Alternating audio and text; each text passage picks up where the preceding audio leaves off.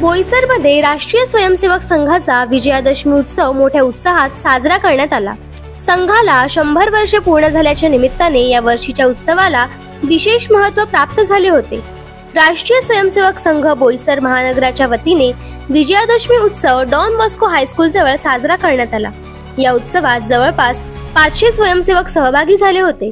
प्रथम don Bosco high school पासून नवापूर नाका ते ओसवाल मार्गे पुन्हा डॉन बॉस्को हायस्कूल या मार्गे अतिशय शिस्तबद्ध पद्धतीने पथसंचलन काढण्यात आले। त्यानंतर घेण्यात आलेल्या कार्यक्रमात प्रमुख अतिथींच्या हस्ते शस्त्रपूजन पार पडले। यावेळी सहभागी स्वयंसेवकांनी व्यायाम, दंडयुद्ध आणि योगाची विविध प्रात्यक्षिके सादर केली। या उत्सवासाठी प्रमुख अतिथी उपविभागीय पोलीस अधिकारी विकास नाईक आणि संस्कार भारतीय कोकण विभाग संघटन मंत्री उदयराज शेवडे, संघचालक नरेश मराड यांनी उपस्थिती लावली। संघ प्रार्थनेनंतर विजयादशमी उत्सवाचे समापन झाले।